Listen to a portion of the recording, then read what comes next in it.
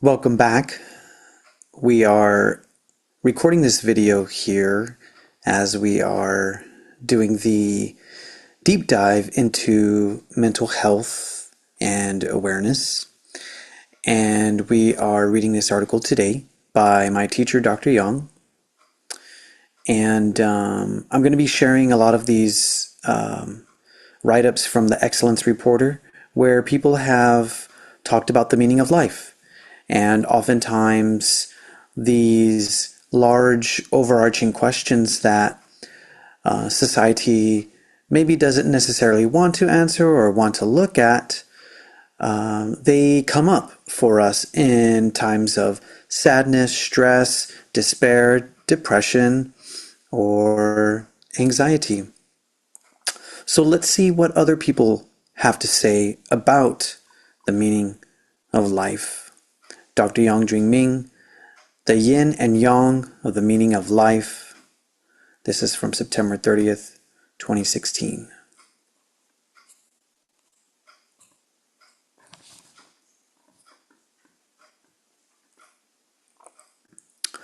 So the question is, Dr. Yang, what is the meaning of life? He responds, depending on each individual, each has his or her own definition of life's meaning. Here, I'm sharing my personal definition of the meaning of life. What is the definition of life? First, we have to understand the definition of life. As recognized by all cultures, there are two lives coexisting in our body, physical life and spiritual life. From a Chinese conceptual framework derived from the Book of Change, the I Ching, about 4,000 years ago, there are two dimensions coexisting in this nature, in this earth realm. The yang space, yang jian, and the yin space, yin jian. The yang space is the material space, while the yin space is the spiritual space. The yang space is the manifestation of the yin space. These two dimensions are coexisting and cannot be separated. A human life is derived and developed from these two spaces. Thus, we also have two lives coexisting in our bodies. The physical life is governed by recycling and has limited life, while the spiritual life can be long-lasting if the proper conditions are provided. If after physical death the spiritual life does not find the new physical residence, the energy of one's spirit will gradually vanish and will dissolve within nature forever. However, if the spirit is able to reside in a new physical residence, it will continue to grow and evolve. The big picture. If we assume the above definition is correct, the meaning of life can be interpreted in various ways. What are the purposes of our existence? Is the meaning of life just physical, just spiritual, or is it both? What are our life's missions as human beings? We must first have a clear recognition that we are part of this great nature and cannot or should not be separate from it. The big picture, therefore, is that our existence is intimately connected with the great nature. We are here to evolve with nature, or the Tao, and in order to fit in this great nature, into this picture, we have to follow the Tao. However, since our spirits are still in their infant stage, we still don't have any idea of what is this great nature, or the Tao. For this reason, the first step to understand the meaning of life is continuing to search the meaning of the Tao. Only when we are able to understand the Tao will we know the role of how to fit in. The small picture. In order to have a long physical lifetime for spiritual learning and evolution, we must appreciate the physical life we have, protect it, and love it. In order to build up the spiritual credit in the yin dimension so the spirit can grow and evolve, we must follow the Tao, be righteous, benevolent, and natural. Remember that our mind connects with spirit, the Tao, while our deeds or actions are the manifestations of the Tao. That's the Tao De. These two, the thinking and behavior, cannot be separated. Morality in Chinese language is called the Tao De. because they are involved with both your thinking and action. To conclude my thought, my understanding of the meaning of life at this stage is that one must continue to follow the Tao and search for its meaning this lifetime until one is reincarnated in the next life. Again, this is from my teacher, Dr. Yang Jun Ming. Oftentimes we talked about the meaning of life on the mountain and how the morality of mind and the morality of deed is connected to our connection to the mysteries of life and existence, and our sense of feeling and our deep feeling for the mysteries of life and existence. So I'm going to comment further on this. You can find more on this, and you can find more of these videos on our YouTube channel, Tai Chi and Qigong with Javi and Nona, or you can also search Javier Rodriguez on YouTube as well. I may be listing some of these in that YouTube channel as well. And thanks for listening, and stay tuned for more.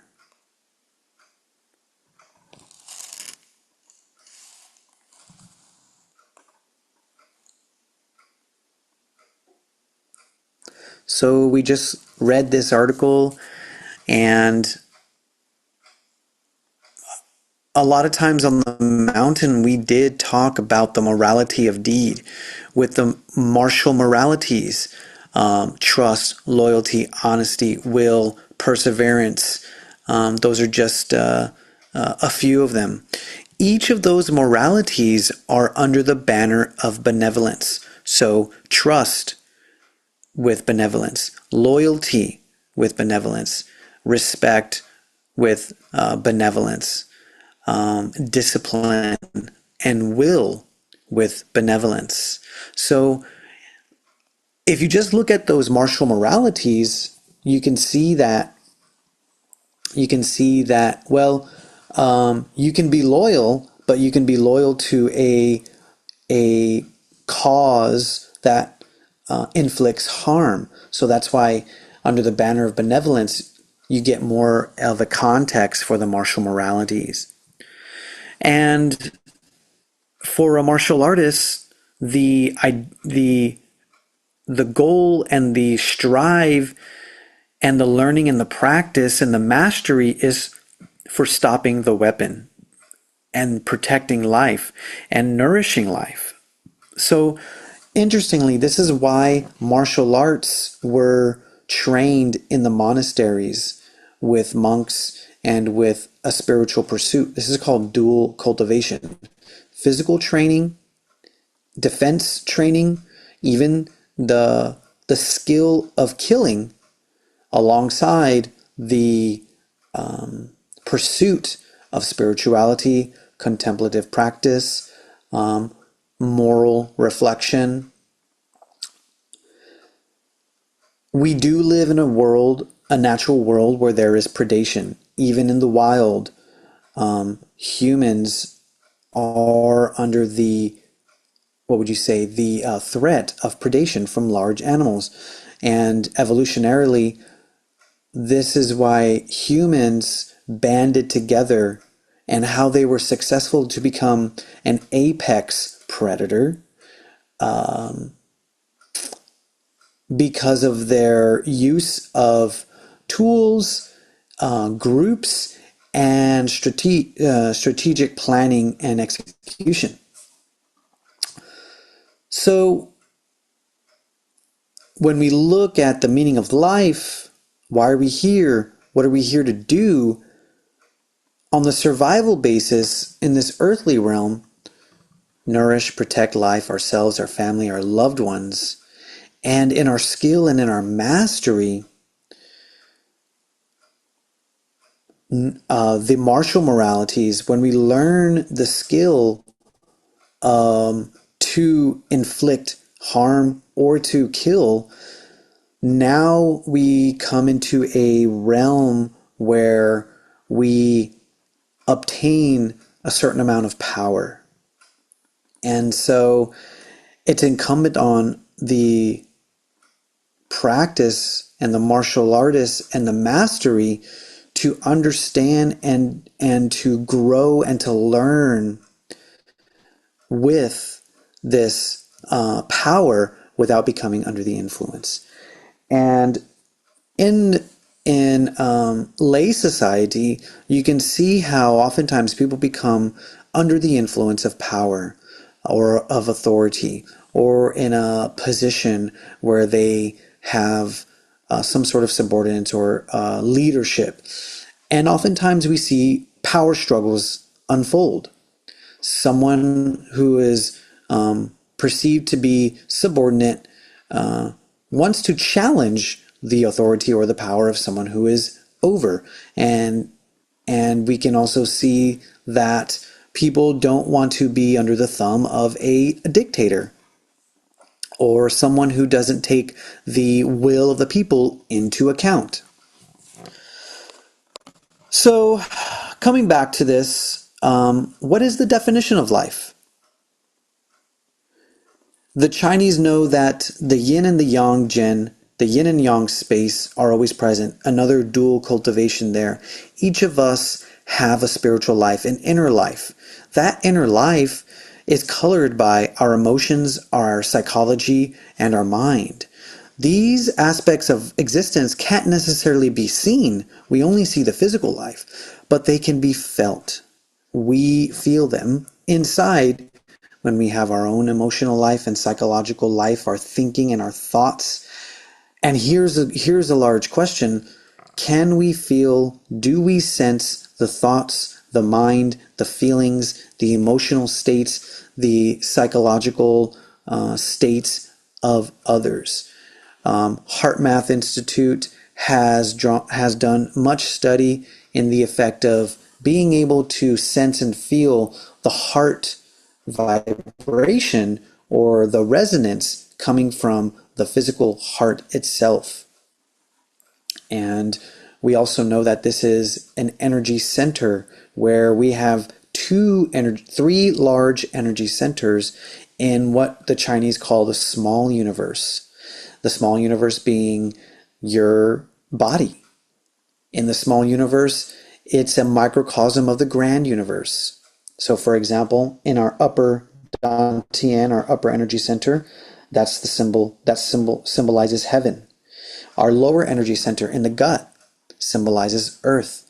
And then our middle energy center symbolizes the human species, the human family, one soul family. And the human family is the mediator of heaven and earth in the large universe. And the Chinese call this San Sai or San Bao, heaven, man, and earth. So with that lens, we get a broad idea of who we are, where we are in this vast existence of the universe, giving us a little bit of understanding, a little bit of place, not necessarily answering the question of what am I here to do or what's my purpose, but just kind of giving us a sense of who we are in this time and in this place.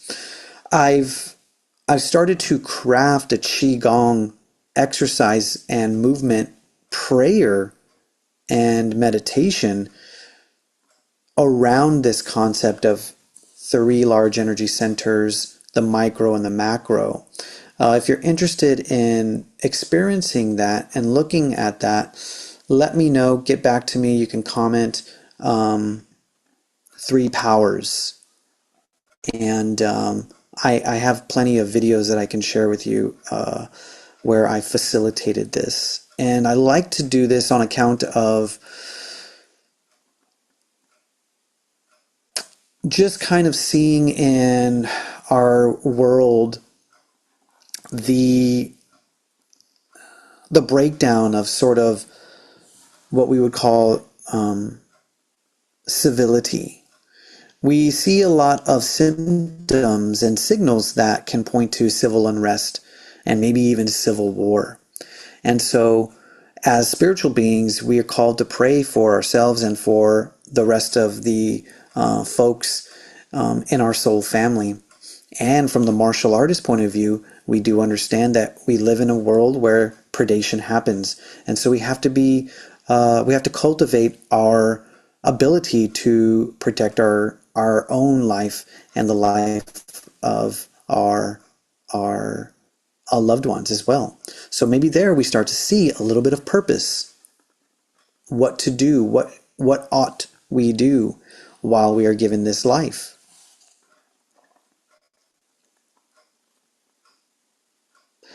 So the Chinese, in seeing a number of civilizations, a number of leaders, I forget what they're calling, maybe emperors. The Chinese have seen a lot of war, and so there's been a lot of scholars, even 4,000 years ago. The scholars saw that humans, for whatever reason, kill other humans. There's this reggae song that I really like. When blood is shed, Mother Earth is crying. And it helps to point us to the idea of the impact of killing. And I think that's all I'll say about that. So in this article that Dr. Young writes, he proposes, and he often does, that the meaning of life is to continue your search for the meaning of life. And it's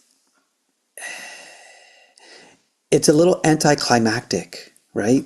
You kind of feel like, oh, well, what's the answer? That's still not an answer. And at the same time, it's very wise, because each of us has to answer this for ourselves, the meaning of life. You have your own agency over your mind, your body, your spirit, and you can dictate the evolution of your life and this existence. So I really like this answer here, and by Dr. Young. And yeah, tell me what you think. What is the meaning of your life? And I love these questions because since I was a kid, I've had these deep questions, and I'm curious to know who else has. Why are we here? What are we meant to do? And I love the fact that we have an opportunity. And here's the thing about civility. We currently have the opportunity to ask these questions. We are not having to deal with war on a daily basis, survival on a daily basis. We have an abundance of food. We have an abundance of energy. We have an abundance of clothes. We have an abundance of people around. All of these resources. And Dr. Young would say, if you live in America, and if you were born in America, you won the genetic lottery. And so it's incumbent on us to see what we have, all these resources, with gratitude, and to preserve civility. So to answer and to be able to answer the question, who am I and what am I here to do, is a testament to how far man has come in evolution, in that on a day-to-day basis, we're not having to worry strictly about survival. And we can see the remnants of that in our reptilian brain, in our fight, flight, freeze responses day to day. A trigger brings you to that place of survival where evolutionarily in the past, you've had to make a distinct choice in a specific moment in time to act for your survival. That's often talked about as a tiger, and you're in the woods and you're faced against, the tiger, and you have to act right? Whether it's fight, flight, freeze, or faint, or someone that you don't know and you come face to face and you have to act. And Dr. Young would always say, in the past, in the past, two people who speak the same language meet in a road and no one else is around. Well, the question becomes, is this person a predator? Is this person going to try to take something from me or take my life? Real question. And the fact that you can't communicate with that person poses a problem as well. You can't verbally communicate. So what do you do in this situation? Right? And there's been movies, there's been TV shows that have pointed out to this predicament. Some people will say, well, you have to protect yourself and you have to take out any person who may pose a risk. And the spiritual side would say, well, that person's not posing a risk, so there's no need to defend. And one of the things Dr. Young would also say too, transferring and getting out of and getting into more of the verbal aspect of our existence and civility is the consequence of colonialism and imperialism, where the language of English has spread throughout the world, right? So we might think that colonialism and imperialism has brought such harmful consequences to a large part of the world, yet at the same time a lot of us are able to speak with one language, and that is English. So this is a little bit of like the yin and yang of a situation that we often talked about when we were on the mountain. So I really love these conversations of philosophy. If you desire more philosophy and mountain talk and sharing and the Tao Te Ching aspects, morality aspects, I bring this into my teaching and facilitation within my Martial Mystic program. And this is within all of the programs that I offer. Let me know if you're interested in this Martial Mystic path and journey, and I can provide more. I really enjoyed doing this talk. There's going to be more, so stay tuned, and thanks for joining. Talk soon, and may your chi flow smoothly, and remember to embrace the woo.